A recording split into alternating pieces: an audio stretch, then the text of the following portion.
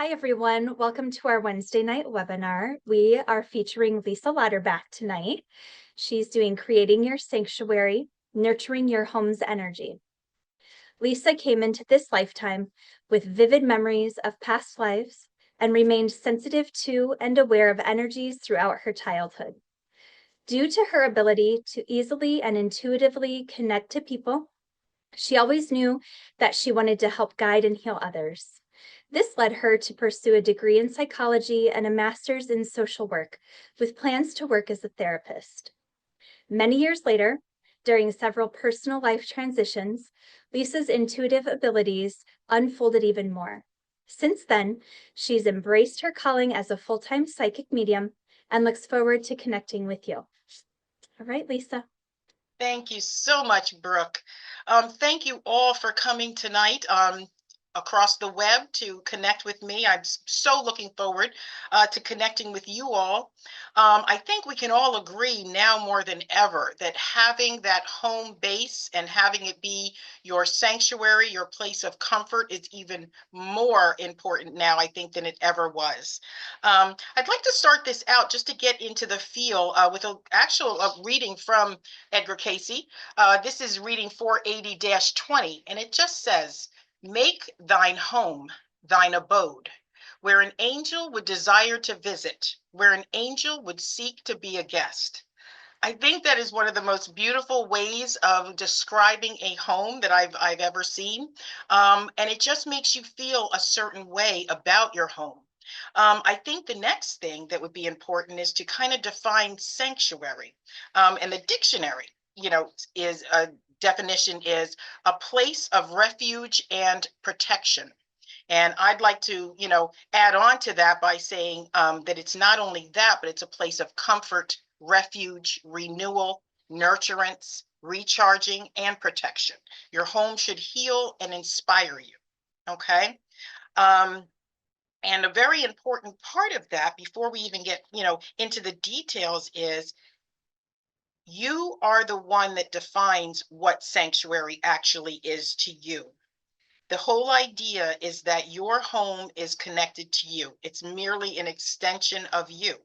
And whatever is going to do those things that are in the definition of sanctuary for you individually is what you should partake in. Okay. Only you can define that. I do have some tenets that I like to start from to get you thinking about your home in a certain way, okay? Because this really is the basis on how you make your home personal to you. Okay. And like I just said, I already mentioned the first one, your home is an extension of you. It is intertwined in your energy. Okay. Everything that is in that home living, but even the objects too, um, contribute to the energy of your home. Okay. And I would like to also say that Edgar Casey also has a little bit of a reading on that particular point when he says, "What's manifested in the material plane is but a shadow of that in the spiritual." And he further says that no influence may supersede the will of humans. So that pretty much, confirms what I just said, where your energy is what dictates and it comes first. And then there's an interplay, okay, between you and your home that's constantly growing. Okay.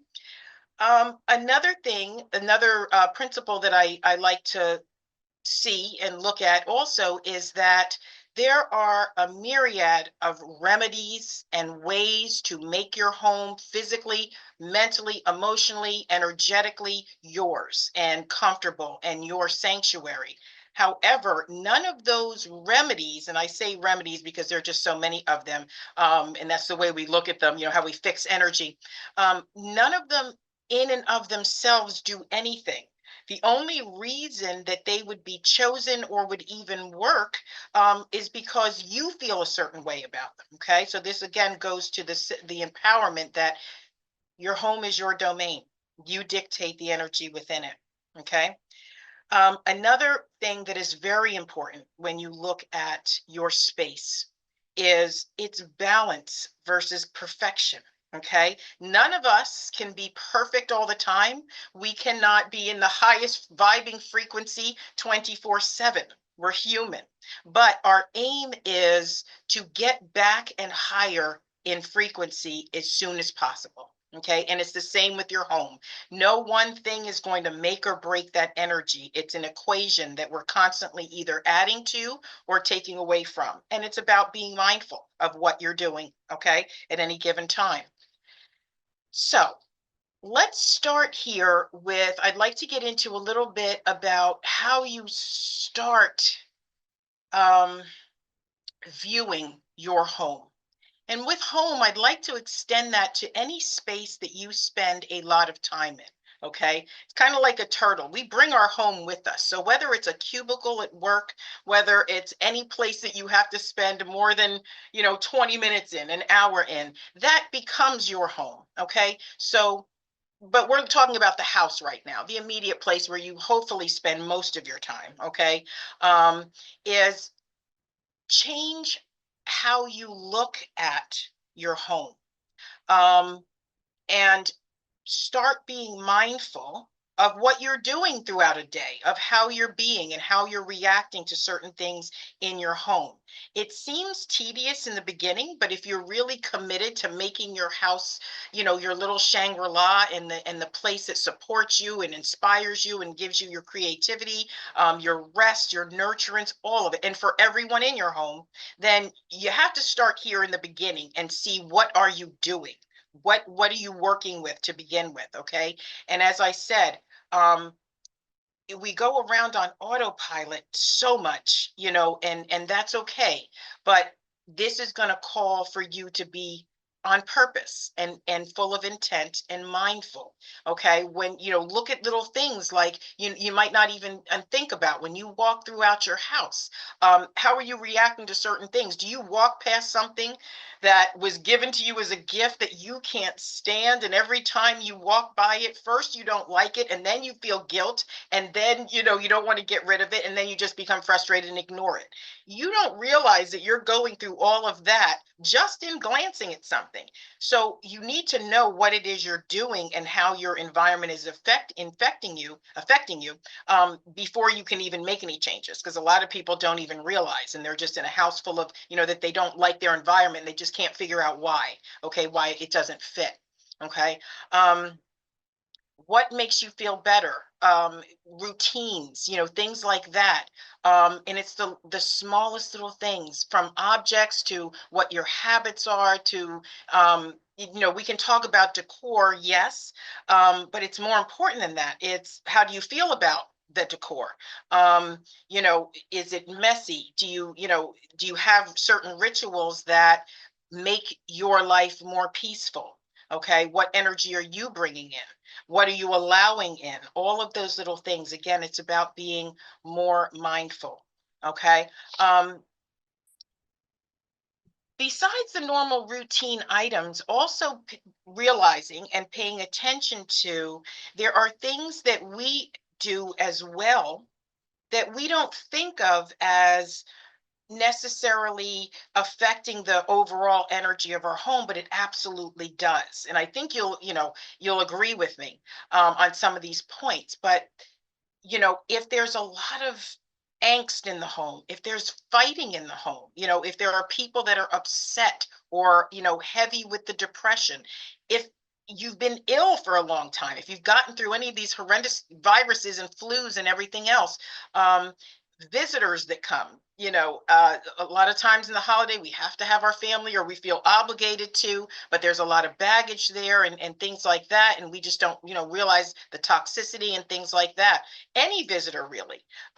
If there was any trauma in the home, just being mindful of those activities and then doing what you can to kind of, we'll get to the little things you can do to kind of clear it out. But again, just realizing all the things that are intertwined and in affecting the overall equation. When we talk about adding to or taking away from the highest frequency that we can have, okay? Everything is doing one of those things. So it's just being mindful of how many things, again, that we don't even think about. So that's, again, it seems in the beginning that you would just have to walk around all day long realizing, the effect that your environment and every little thing is having. In the beginning, yes, but after a while it becomes routine and it's instant, and you're just, nope, doesn't work, yep, that works. And again, the goal is not perfection, and it is, can we get a little higher on the frequency scale, feel a little better, um, and that's, you're doing well if you can do that. Okay. um, we can talk too a little bit about, um, I don't, some of the remedies. Okay, and as I said, as I'm going through these, I might be going back and forth to, kind of reiterate some of these things too, so bear with me here, because a lot of these kind of overlap. um, but let's start here first with taking care of yourself and all of the other living beings that are in your home. And the reason I call them living beings, because I'm not just talking about family members, I'm also talking about living plants. I'm talking about the animals that are in the home. Um, and it's not about everybody being perfect and getting along all the time and things like that. It's making sure that everybody is having all of their needs met, their basic needs, self-care, care met. Okay. So taking proper care of your physical person is very important. Taking care of your mental health is extremely important. And it's just the best that you can get. Okay. Um, Another thing, and I think that everyone would agree, that one of the highest frequency emotions would be gratefulness, just being grateful, of the little things. And it's not about, that toxic positivity where you're just supposed to be walking around on sunshine all the time. It's about when you're going about your day in your home, it's being present in all of the little things you do. You know, I like to say, because I'm an introvert and I love being in my house, by myself. I love that. And I have all of my little routines, even from my morning routine and my evening routine. And I just piddle around my house, and I'm happy to do it. But when I'm going through it, I am literally savoring all of it. You will hear me if there was a, if I had a fly on the wall, they would hear me talking constantly to my home, in my home. I'm grateful for everything. When I make my coffee at my little coffee station, it's one of the most beautiful coffee stations that I made in my little condo kitchen, that reminds me of Paris. And I make my coffee in that first sip and I'm like, oh, nectar of the gods. I literally take pleasure in those little things. And every time I am aware of being thankful to have this roof over my head, being thankful to have these things that I can make my first, cup of coffee with. It really is an exercise in mindfulness. And that energy fills the home. Okay. It just fills the home and it makes it, I talk about my house as if it's another person, but it kind of is. It becomes, it has its energy, and everyone and everything likes to be appreciated. And when you do that, that is one of the highest ways to raise the vibration in a home. Okay. So those little routines, don't let them just be little routines. Make them as, important as they are. Every little moment is important in and of itself. I don't care what you're doing in it. Okay. Um, you talk about cleaning, keeping the home clean, and it doesn't have to be spotless clean, but clean enough for you. Okay. If you can't stand clutter and clutter's not good for you, then we have to work on getting it out of your space in any way we can, tiny bit by tiny bit. This isn't about perfection. Okay. Um, this a lot goes to, when you're talking about the cleaning, is, especially for move in, move out, more so for move in, but you should do a little something for the move out too. But I do talk to people, and actually help people. I give readings for their home, and especially when they're moving in and moving out, and there it should be some ceremony to that. You know what I'm saying? And the cleaning process of going into a new home, it can really, you can do that. You can make a home yours that has belonged to someone else. And I think that everybody should.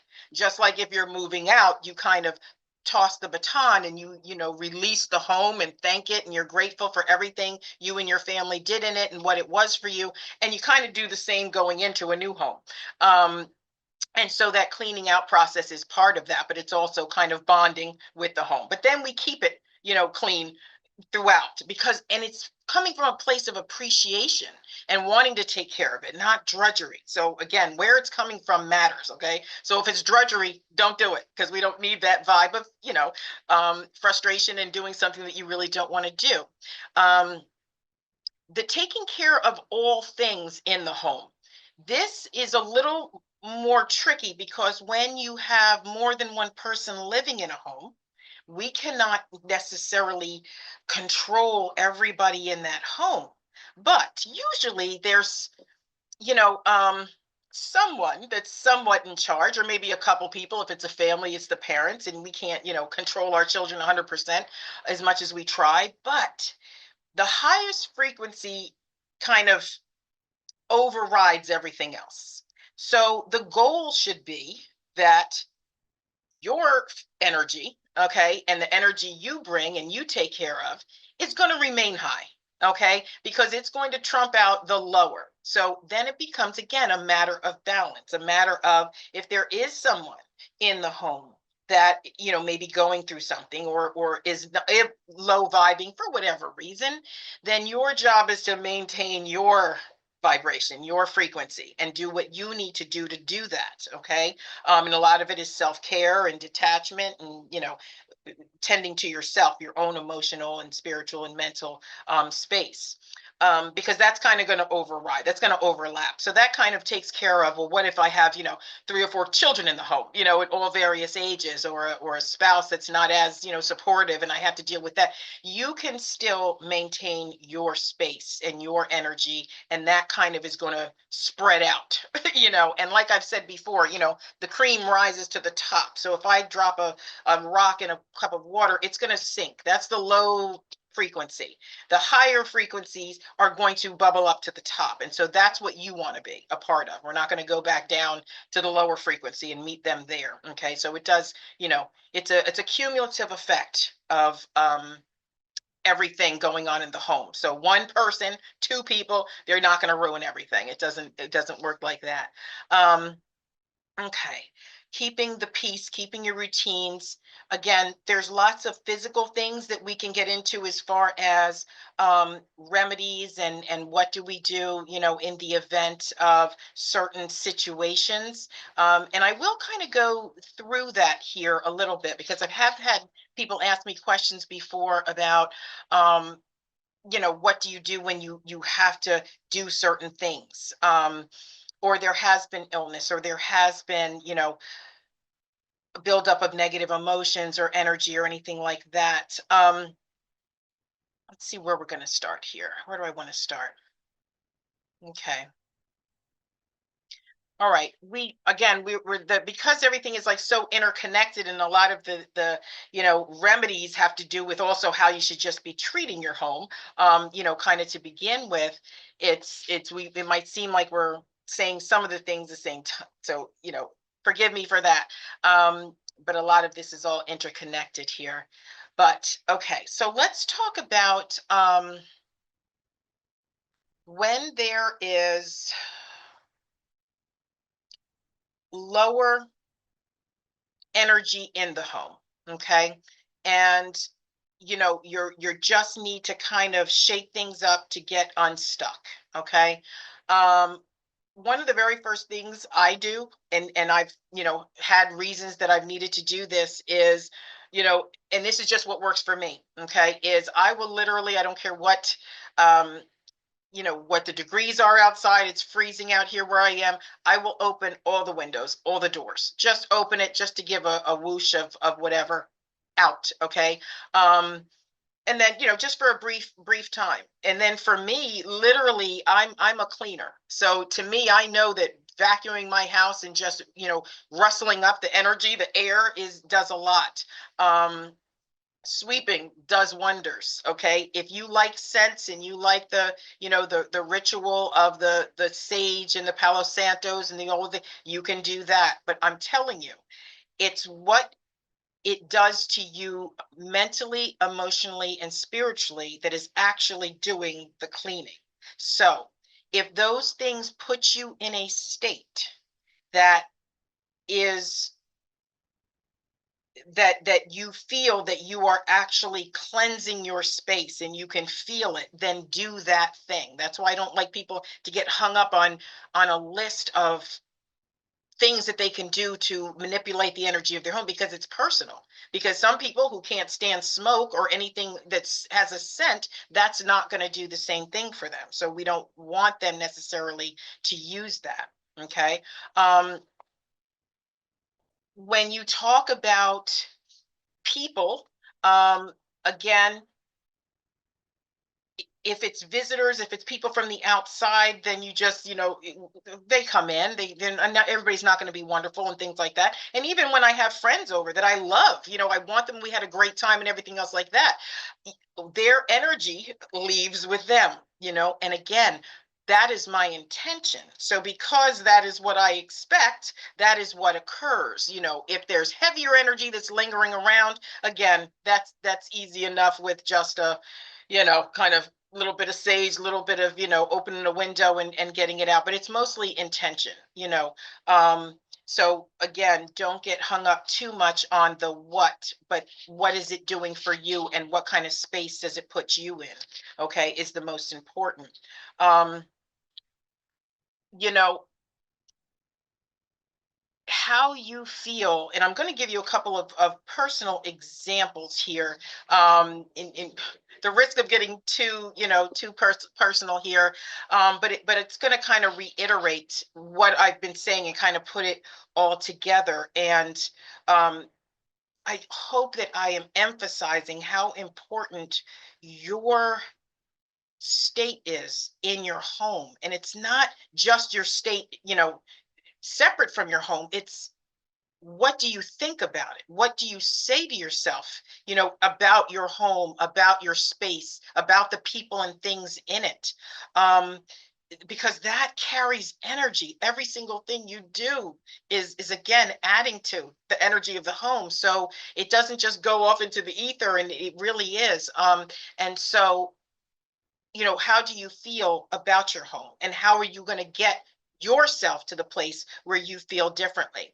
Um, and without going into too much details, but just let's just say as a hypothetical example, if one has a health scare, let's say, that's very serious and it occurs in the home, um, you know, the fear that can come up now about your home, is going to affect, as you can see, the energy of that. You no longer feel safe. Okay. But um, you work and do the things to um, kind of become more safe in your home and to feel more safe in your home. And it really is working it out just like you would a relationship with another person. And it's literally um, doing what you need to do to get that piece back. Okay. And to not let it, the negative override and things like that. And it happens little by little because you literally are kind of in a personal relationship with your space. And if you look at it that way, then everything makes sense. You wouldn't say horrible things to a person who is in your space and expect them to maintain, a level of affection for you. So it's the same with your home, and with you, because your energy is what's spreading out. I've had people walk into my house and say, "Oh, this feels like you." "Well, what is that?" Who have never been in my home. They know me from outside, but they've never actually been in my home. So again, that tells me that, I'm kind of spreading me in my home. And that kind of is always the goal. Okay. Um, okay, let me just see here. Okay. I want to go into more of these. I don't think, because I think there might be some questions. There's probably going to be some questions about the various things and the various situations, because it really is so, you know, personal, what you would do, in this instance and that instance, and kind of, um getting, the shift in the thinking, about your home. um there's just so many, again, the remedies. I hate to say the remedies because it makes it look like your home is sick, and it's not sick. Your home's doing what it needs to do, but we can always make it better. And again, because it's so personal, what do you need from your home? First of all, having that clarity of what you want your home to be, and then making it that. It's the idea and the energy of, you're going to make it work. That the home is work, whatever you need it to be, you can make it that. Okay. If you need to switch rooms, if you need to, the master bedroom isn't working for you, it just has a weird feel, and I'd rather be in the small, then be in the smaller one. You can dictate what the house is, where it is, what, um and again, it's just that commitment to, making it work for you, and being mindful when it's not working, and changing it so your energy changes. Okay. um because again, it's all you. I hope you've at least gotten that, where, you the home really is an extension of you. It follows your lead. There's no energy in there that was, not either allowed in, brought in, or created in there by the inhabitants, and the things, the inhabitants in there. So, that's a good thing, because that puts you in complete control and in charge of making the change, of any changes. Okay. um, I think I've gotten through almost everything here. Just want to make sure I didn't leave anything out. And if there are no questions here, let me look. Okay, so I think that people probably want to, get into, as I said, we can always get into, um, some of the ways that, again, depending on the circumstance and depending on what I need, um, and it might seem like, again, that these are petty little small things that shouldn't mean that much, but when it's cumulative, and again, it's that commitment to, when something is awry, I'm going to make a shift, I'm going to do something to, you know fix it and to raise it. Little things. And again, you might call me petty, but I live in a condominium. So that means on one wall, I have neighbors. Thank goodness I only have one wall of neighbors.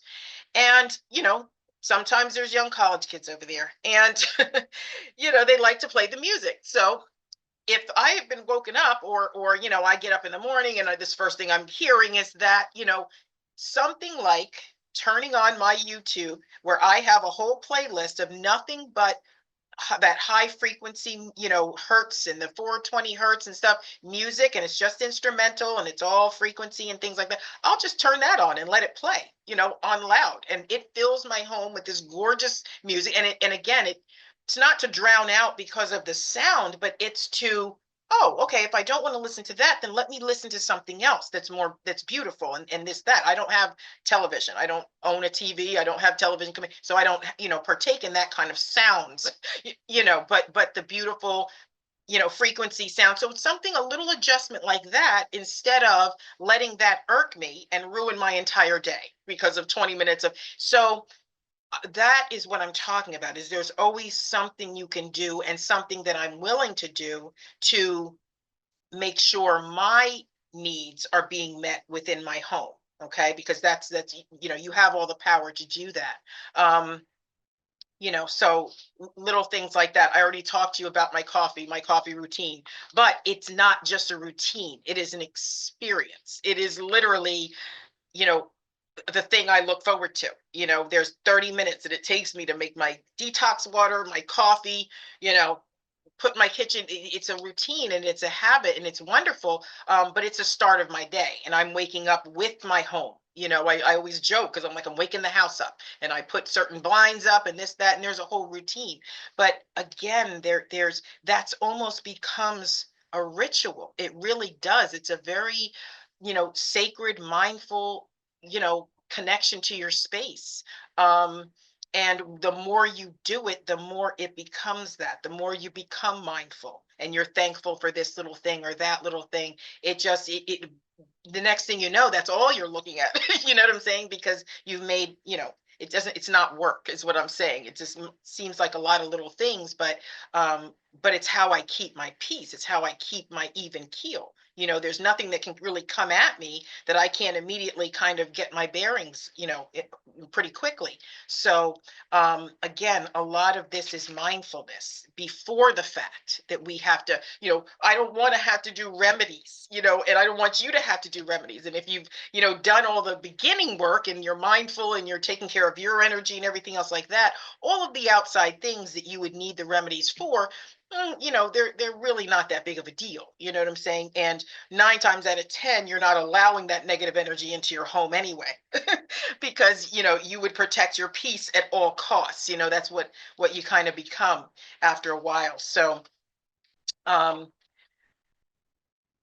so I'm going to. I just want to make sure that there are no questions from anybody here. I can go into the remedies, but of course, if you want them personalized to you, is there anything? We actually do have a question right now. Okay, sure.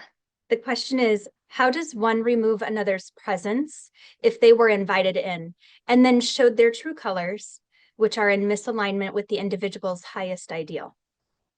Okay. Okay. So this is, and just correct me, this is if someone has come into your home, and I'm assuming that this is not someone permanently in your home, that's moved in, but more a visitor. Um, if it's a visitor, it's kind of a lot easier. And I'll start with that first. I'm gonna, because I don't know which, so I'm gonna answer both questions. If it's a temporary visitor, um, you know, number one, again, you get to the point where we're going to limit, that type of visitor to come in, to your space. Okay. But if you can't do that, we can't do that all the time, or it's already occurred, or what have you. But that's going to be the goal, is to limit, the access to your space in your home if it's not someone you have to deal with on it, because you can always meet someone outside. Everybody doesn't have to come into your home.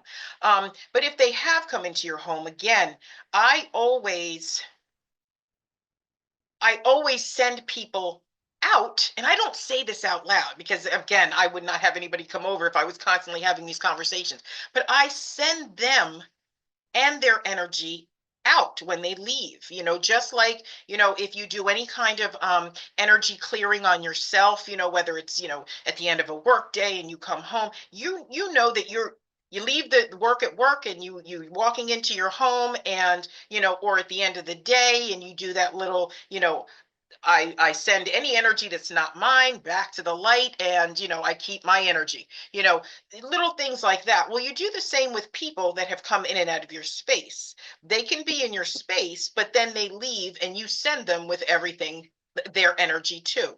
Now, your intent does that. It's just that simple. Okay. However, it's hard for us to believe and hold in our hearts that it really is that simple. So that's where the ritual comes in. That's where the activity that helps us get to that intention, or believe that intention. Okay, so again, if it's, lighting a little candle, just, sometimes just changing the smell and getting your smell back in your house is enough. Us humans think we just like a nice smell, but you're really just, you're laying your stake. You're taking your territory back. You're putting your scent back on your house. That's literally what you're doing. Animals do it in the animal kingdom, but they don't do it with a Yankee candle. So, light a, just whatever you like to smell, put that in the air. Again, whatever gets your mind wrapped around the idea that you have sent them off, then you will have. Okay. Now, if it is someone that is in your home that is living with you, that has come in, for whatever reason, they are in your home for a long period of time, um, then it's a little trickier, because then it becomes holding what I said earlier about, the family members, that live with you. It's you doing whatever you need to do to hold your energy steady. It's like you have to be the higher energy, the bigger energy. And if it's your home, you should be. really. And then it becomes doing the things that concentrate on your energy and not being affected by their energy. And it, again, it's a little bit harder and it takes a little bit of detachment and all those other little tricks and everything. But it can be done. It can be done. It's hard, but it can be done. Because if you can live with family members that, are in and out and have all kinds of moods and everything else like that, it doesn't, it gets easier, once you, but it's a little bit different. You can't just send them on your way and take your energy with you. But you can kind of override it. And again, then the focus becomes you. I would turn my focus away from them as much as I can with love. I don't, you don't have to be mean about it. But I can take my energy back and still have a full on conversation with you and be very polite, but I'm not engaging energetically with you. And again, that just takes, practice and but it certainly can be done.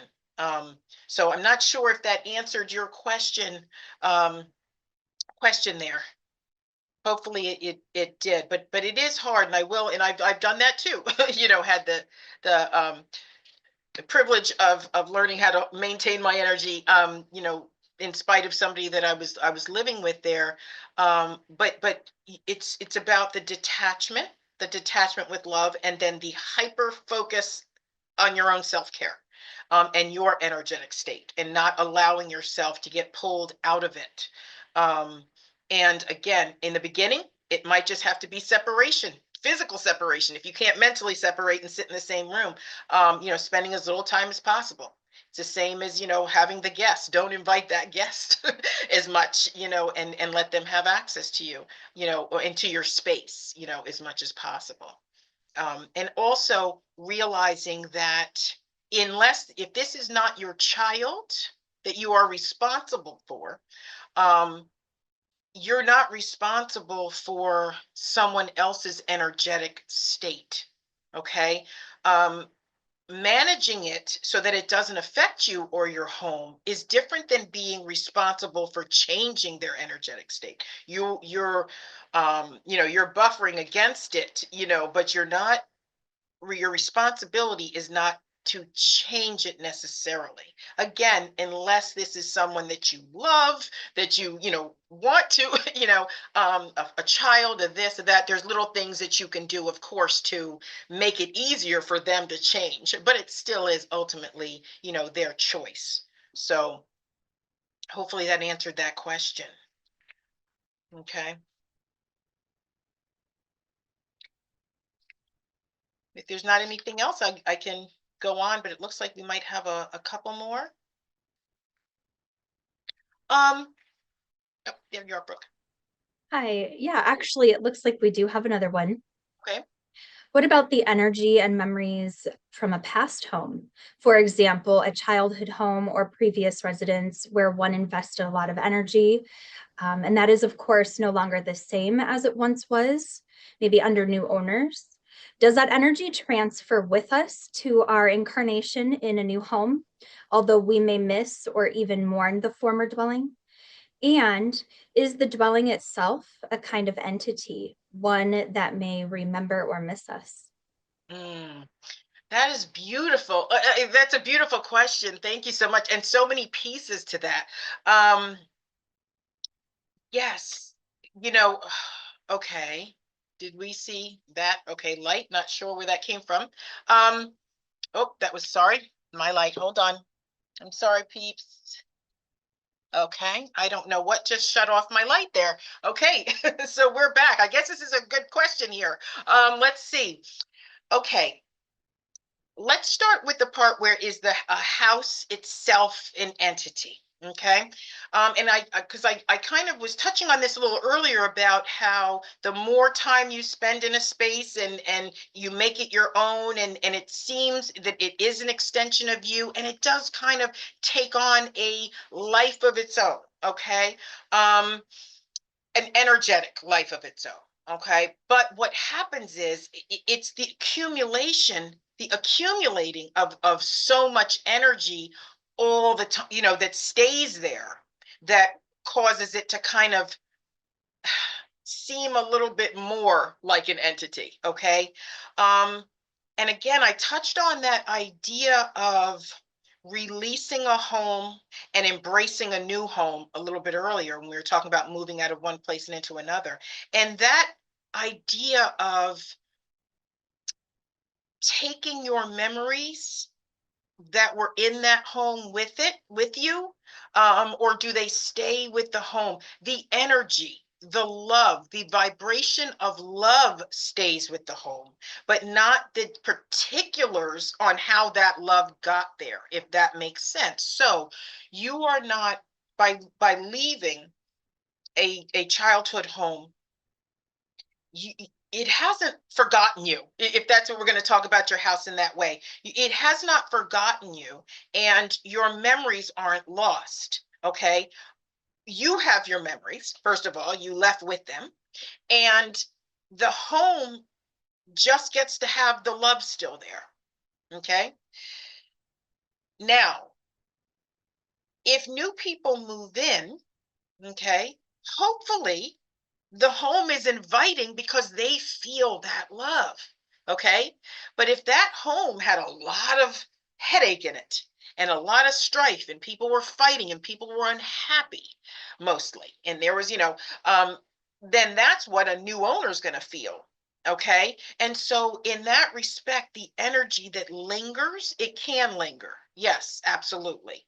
Um, but the walls of the house personally are not keeping them. It's more just what was kind of left there, what was, again, the overriding energy. And if most of it was negative, then there's going to be that heavy negative feel. Okay. um but again, if I was, somebody was moving into a house, I would counsel them, to get to know the house, to introduce, to make it a big deal that you're moving into this home, and that you are, thanking, the people that were there before, and sending their memories, with them, and any good and love that has accumulated here can certainly stay, but we would like to add to the love of this home. I mean, that is real, and one should do that. You know what I'm saying? Because that puts you in a state, and sets your intention for the home, and sets it up. So again, energy is everywhere. So we can't really say that it leaves anywhere all the way, right? Um, but that's when it's so important to just make sure that you're contributing positive, higher frequency, energy to any space. You know, um, I hope that that answered your question. So again, yes, energy can accumulate. It can be in a space where a lot of that energy was created. Um, because with no one moving it in or out, it doesn't go anywhere. Technically, I mean, science says that it never, energy doesn't die. So unless you've ushered it somewhere, it's going to just kind of keep collecting. And you can only hope that more good stuff happened there than negative stuff over the years of the home. When we talk about people who move into homes, that are very energy heavy, and again, personal experience. I spent 7 years living in an extremely active house that was very heavy, but it was heavy because of all of the families that lived there, prior. It wasn't the house itself, it was just what it contained for 100 years. That house was 104 years old when I moved into it, and only 5 families owned it, and every single one of those families, they ended up in divorce. So that tells me the amount of discontent that literally for 100 years sitting in a house, 5 different families, of course, that is going to have an imprint. Okay. And that's what's going to be there because nobody ushered it in, and nobody ushered it, told it to go anywhere. But again, regardless of what's in a home or isn't in a home, you can change that. Whoever's going to occupy the space gets to say, what stays, what goes. It's that simple. Nothing can ever override that. Okay. So, yeah, that's a good question. Good question. Okay. And a lot, if you've noticed, a lot of the remedies, at least the ones that work the best, all kind of boil down to the same thing, which is the the intent, your intent, and it might seem like I talk, you must be sitting around talking to your house all day long. I'm not saying this out loud all the time, but this is just in my mind. It's just how I view something. Just as you go out through your day and somebody walks up to you, you're having a conversation in your mind about that person and why they're coming up to you and what are you going to say to them and what all of that. Well, I have conversations too as I'm going about my home. I'm just mindful of how I interact and what's happening in the home, how I'm being in the home. There have been times when I have gone through something emotionally charged, and I know that I spent a whole week by myself in my home in absolute, depressed, despair, a funk, whatever we want to call it. I have created something. I then, when I come out of it, go and do little things to kind of clear it off. You know what I'm saying? Get it out. The same remedies I told you about a bad, person, the visitor that comes in, I would do them for myself in my space if I accumulated a certain energy. So it's again, it can come from anywhere. It's created from anywhere. Um, but it's still your responsibility. The only difference is that I'm aware of that and I take my energy of my home. I'm going to clear it even from my own stuff because I'm not, again, walking around in a constant state of up, the highest frequency and vibration all the time. Absolutely not. I'm living, I'm human. Um, but I'm going to clean it up on a constant basis. That's what being mindful is, and keeping the space, you know, keeping it comfortable for me and keeping the peace in my home, um, is just a constant, monitoring, just like you would monitor anything else, any other levels in your home that are important, the gas in your car and the oil and all the other fluids, you monitor it. And when it needs a little more, you give it a little more. And that's kind of how you want to see your home. Because when you start from that space, you really can't go wrong there, because you're always measuring everything. Am I adding or am I subtracting here? And it becomes easy. It could, simple answers. Okay. Were there any other questions while we're on the questions? On a roll here.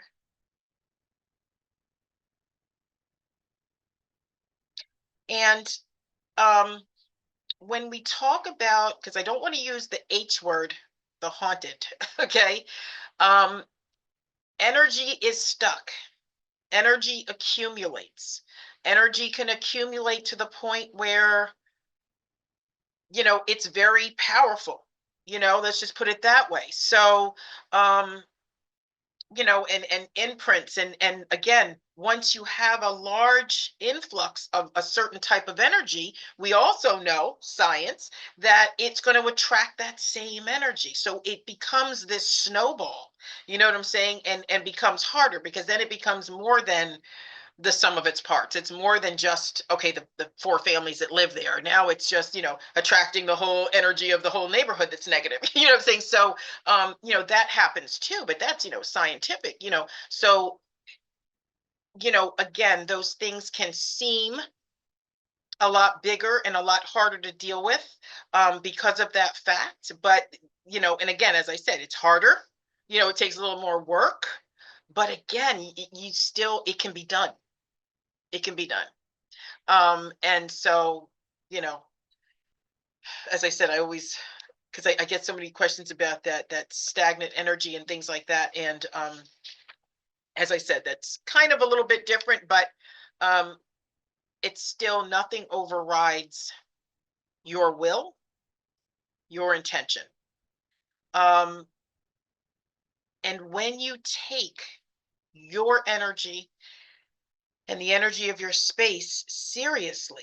You know what I'm saying? Like, you're going to protect it at all costs, which you should, because that's all you have is your energy. That's what the whole world's you're presenting to the world with. That energy is the most important factor of everything. So it should be guarded, and it should be taken seriously, and it should be tended to.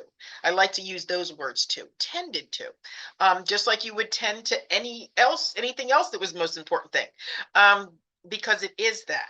And the easy button is, if you are just focusing on yourself and your own energy, everything else takes care of itself, because you're only allowing in what's taking care of that energy, and you're getting rid of whatever isn't. So you're not going to have to worry about all the particulars, you know what I'm saying? Because it's going to become really easy, to figure out. The only thing to figure out is how to get rid of something or somebody or a situation, or tweak this or tweak that, or how I'm going to add this to my home. And that's just the details. But the decision making becomes really easy, and really, so not sure where the question, I think we lost the question a little bit, but hopefully that answered that question. That answered that question. But it was beautiful. I love the idea though of you recognizing and sharing that the home, housed your memories too, the good memories. And it does, but it's more like you shared it, you know what I'm saying? And the memories, kind of, again, the good part of the memories sticks with the house. So you contributed, the love and all the other good things that you felt, you contribute that to the house and the house as whole. And that remains, that remains. Just like when you lose a loved one, the physical loved one might go, but the love remains, their energy remains. And it can be, picked up on, or come closer for, at will, and it's kind of like the house is the same, you know. So yeah. Do we have any other questions about anything? Ask me anything. And it can be personal too. Pick my brain, pick my psychic brain too. If you have any, particular issue or question about your own home that you're curious about, would be happy to take a look, you know.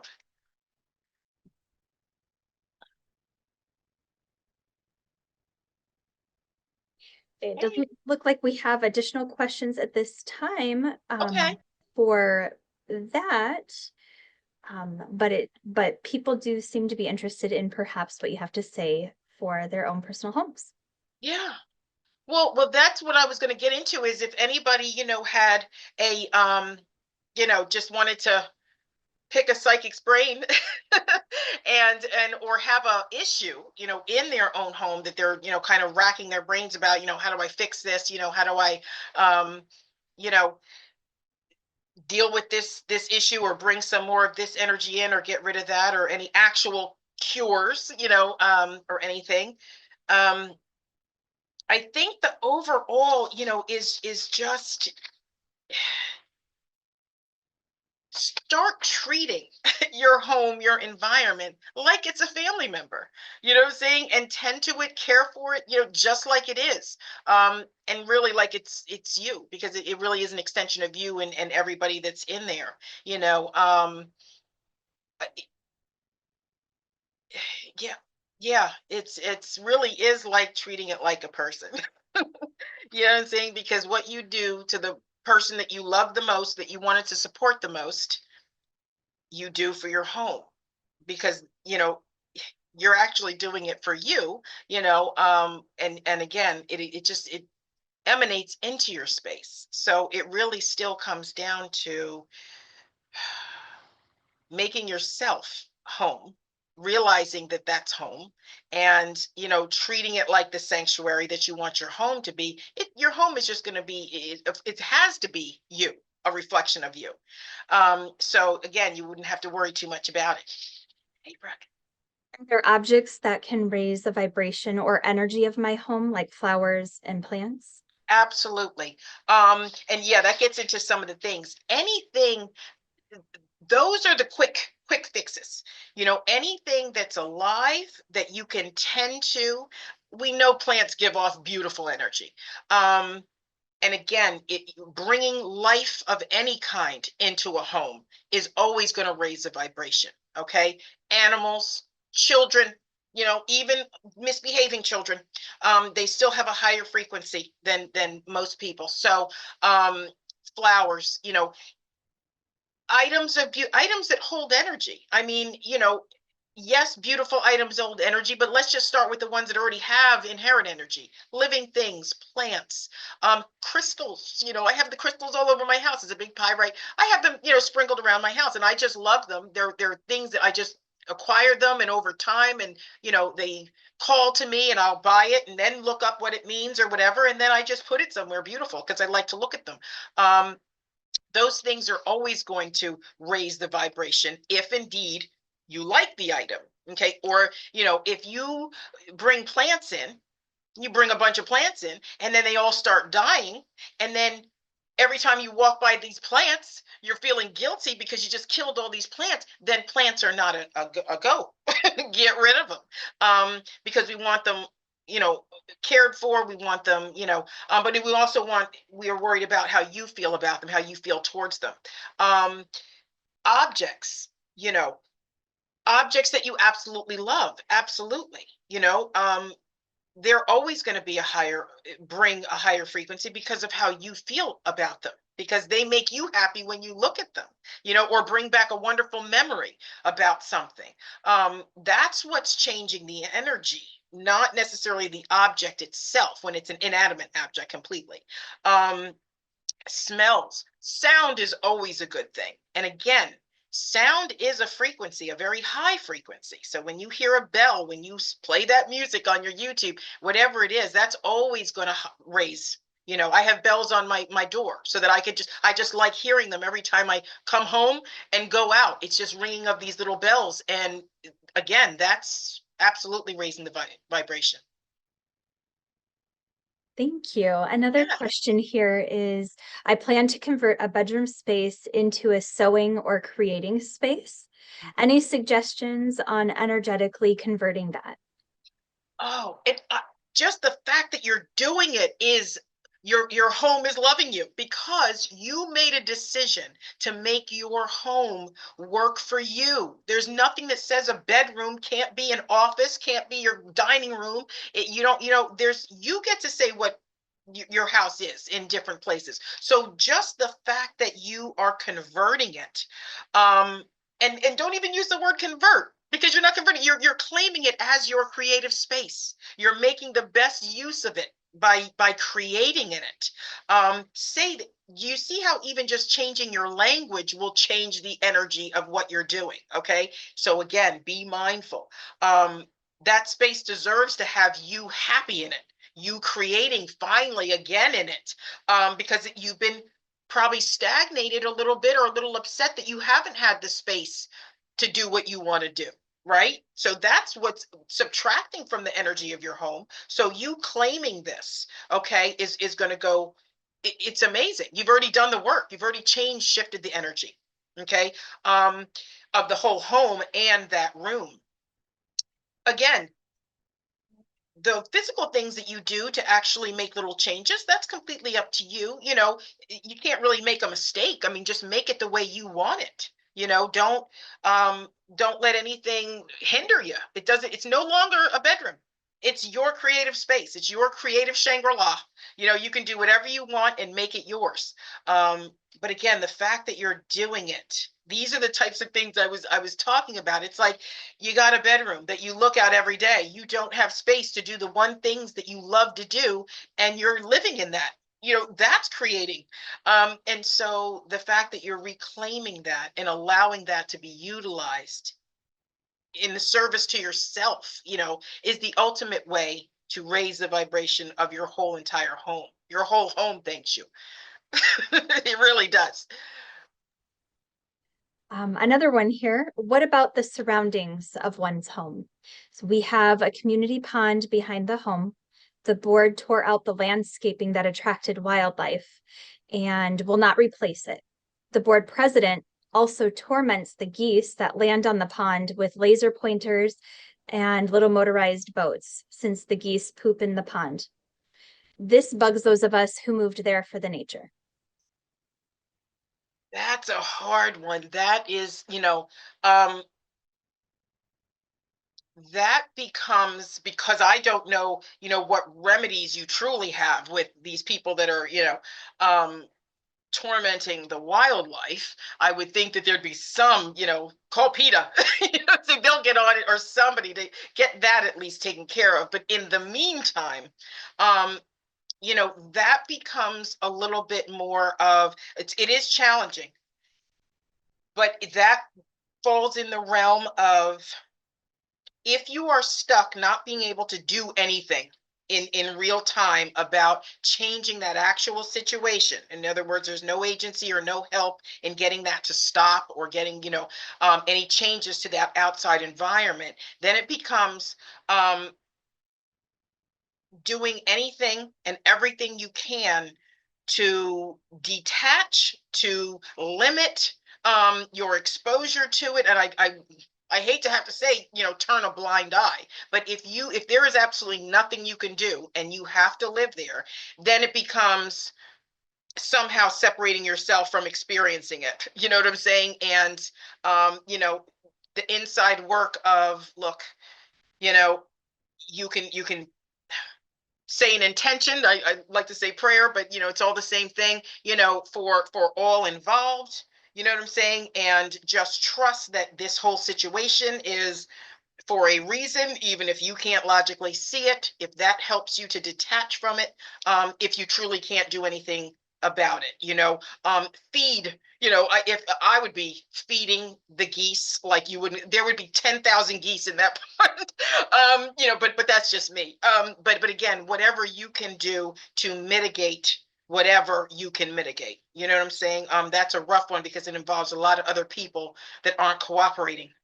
Um, but again, you have to do what you can do to maintain your peace while in that situation. And if all you can do is not be out there at certain times, or not, then that's the best thing you can do for this, until you can do more, until more can be done, you know. Thank you, Lisa. Yes, Um, yes. looks like we do have another one here. It Okay. says, I want to make upgrades to our home, but my husband doesn't like to spend money. How do I overcome his lack of support? Oh, that's a big question, because it's the house and it's the, I thought I was going to tell you some frugal tips on how to, change it on a dime. Um, but I hesitate here, um because this seems like, I'm going to be giving you, I'm not giving you bad advice, but I'm just saying, you know when it comes to somebody else in the home needing to cooperate, okay, in it for anything, okay, now we're talking about, writing the check or whatever for, some changes to the home, is having a discussion, coming at it from a different way, okay. um and I would ask, what about these changes, to your spouse, um when, and if you really do have the money, it's just a matter of him not wanting to part with it, is kind of changing it from what you want done and how much it's going to cost, to the advantage of doing it, to how it's going to change you, him, the use of the home, the fact that maybe it will be more beautified and you would have those dinner parties like you used to, or whatever it is. Make it about the advantage of how it's going to benefit everybody ultimately in the home to have these changes. Come at it from a different angle. Stay away from the money. Um, because when people can see that and realize how big of it, and you be honest with yourself, I want you to first come up with that for yourself. Like, why do you want these? Now, outside of just the aesthetic, what's it going to do for you? How are you going to feel? And then bring that to him, because any man that can turn around and look at their wife and say, I'm not going to do that to make you happy, dear, is, you know what I'm saying? I doubt he can do that. So again, because that's priceless, right? That's priceless. And that's what you want to truly see. And I think if you can convey that, I suspect that you'll be able to slowly start getting some of those changes done. Good luck, though. I think it's going to be beautiful. I think you're going to get everything you want, especially in the kitchen, if that's what you're wanting. you know, just talk about the parties, talk about you want to have people over and this, that, and the other, and you miss that, the good old days. So Yes.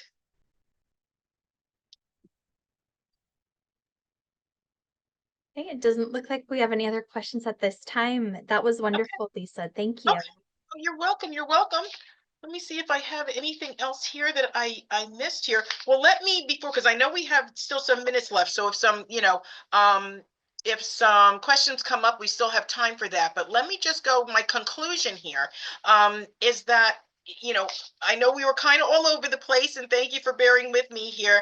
But in conclusion, okay, your home slash environment, okay, is your sanctuary. It holds your possessions and everything you deposit into it energetically. Okay. You are the only one who always has the power to determine what that balance is and to either add or subtract. Okay. Your home is an extension of you. Okay. And its state is determined by your state of being. Okay. Always. I like to end this too on a quote. I know we started with the beautiful reading from Edgar Cayce, but Egyptian writer Naguib Mahfouz writes, "Home is not where you were born. It is where all your attempts to escape cease." So that is the ideal, where that is where you would rather be. No matter where you are in the world, you would opt to be home. And so that is, again, what we're striving to. Okay. What we're striving for it to be that. So, and it can be that. It can be that. And I don't care what it is. I don't care if you're living in a tent. I don't care if you're living in your car. Um, it's an energy. It has nothing to do with the walls or what it looks like or how big it is. Um, so hopefully we've any other questions before? Yep, we sure do. We have one more question. Okay. Actually, we have two more questions, Okay. and then we will call it a night. All right. Sounds good. This first one is, I have two cats who don't get along and are causing angst for the other cats and us humans. Any advice? Okay. Um, okay, so I don't know how big of a menagerie you have, but at some point, you might have to just somehow keep these two cats. If it's two cats that don't get along with each other and their fighting is just causing chaos, I would never say get rid of a cat, but you're going to have to do something to separate them from either each other or the rest of the family, or somehow stop trying to make everybody get along. Okay, because sometimes the best remedy is separation. You know what I'm saying? We can agree to disagree here. I'm also getting too, though, that, and I can't, because I keep seeing you. I don't see you, but I keep seeing the situation where it's like these two are a pair, and then there's a bunch of other creatures, a bunch of other beings here that, to take into consideration. And it's just that they can't, handle these two. But there's something also about one of them has anxiety issues. So if you know which one it is, or you can take it to a vet and get it calmed down a little bit. I don't know what they give cats. I don't know. But again, it becomes a matter of not making everybody get along, or trying to make everybody get along, and knowing when to separate here. And I don't know what that's going to be. I mean, you might have to put these two cats in different areas of the house, if you don't want to get rid of one, or one upstairs is a cat and one's a downstairs cat. Because as long as you keep them, I feel like they're going to be constantly like this until there's maybe some catnip or intervention. Again, I don't know what you give cats. Don't give them anything without, a doctor's. Yes. All right, and our last question of the evening Yes. is, when going through a phase of mental transformation, such as a metaphysical chrysalis, where would you say should the focus be put first? Without looking outward with a mental grasp of judgment, but true discernment of self. Okay. Well, interestingly enough, when you are going through said transformation, okay, the level that you have come to calls for you to constantly be doing both of those things simultaneously. See, there is no more, we're going to go in nice order, one step at a time. You get to a certain point where now we're all in one big thing and it becomes a loop. It becomes, you're doing both simultaneously, where you do one, then you're called to do the other. Then you have one of these. It's that kind of thing. And so neither one necessarily takes precedence, but you will always come back to the personal discernment, the personal checking in. It's almost like this self monitoring that happens, that you're constantly kind of having to keep yourself in check now, because I think that if we were having a conversation, I think that you would tell me that you often feel like you literally have one step here in the 3D and the other step you're off, you're in the ether, and the goal becomes how to bring both of them in the conscious present and have them get along and do life together simultaneously. Neither one is more important. That's what you realize when you come to this space. It's all important and all has equal importance, and you're part of it. So again, that's like this what is it, that turtle race where there used to be a toy that, one went up a little bit, the other went up a little bit, and you took turns. It was tandem. And that's kind of what you're going to do now. But and where you're at now, which is why you even have the question of which do you concentrate on, because they're both equally there, because that's the goal of enlightenment, is to be able to be connected and here simultaneously and aware of both. Okay, so basically you're literally bringing heaven on earth. That's what we mean by that. You know what I'm saying? You no longer have to pass away to have this kind of transcendental near death experience. You're supposed to be able to live that as your spiritual self while you're in the physical body still. So that's, the new wave of what's coming here, of evolution. So, the fact that that question has surfaced in you basically is the answer to the question. you know if that's not too out there, I'm sorry, I just went in there like that, but that is the truth of the matter. Is it's now a symbiotic relationship between the two, where both are ever present and are going to self check each other. Welcome though, congratulations. Now the fun really starts. Yes. Well, thank you so much, Lisa. Thank you for those beautiful insights. Thank you so much. It was my pleasure. It was, my honor here. Um, and I love everyone who came out. I can feel you, even though I can't see you, I can feel your energy. And, I'm so glad that I was able to be here at this time, because it is so important. To have that sense of home and to have that sense of home base from which you can do and be everything and create and all of that. That's the foundation. It's the most important part. And to realize that that is the one thing in this crazy world, that you have complete power and dominion over. I hope that I am, making you aware of that, because that's where all the power and control is. You have it. No one can take it from you. So thank Wonderful. you. Right. We hope you all have a wonderful evening. Thank you for joining us tonight. Take care.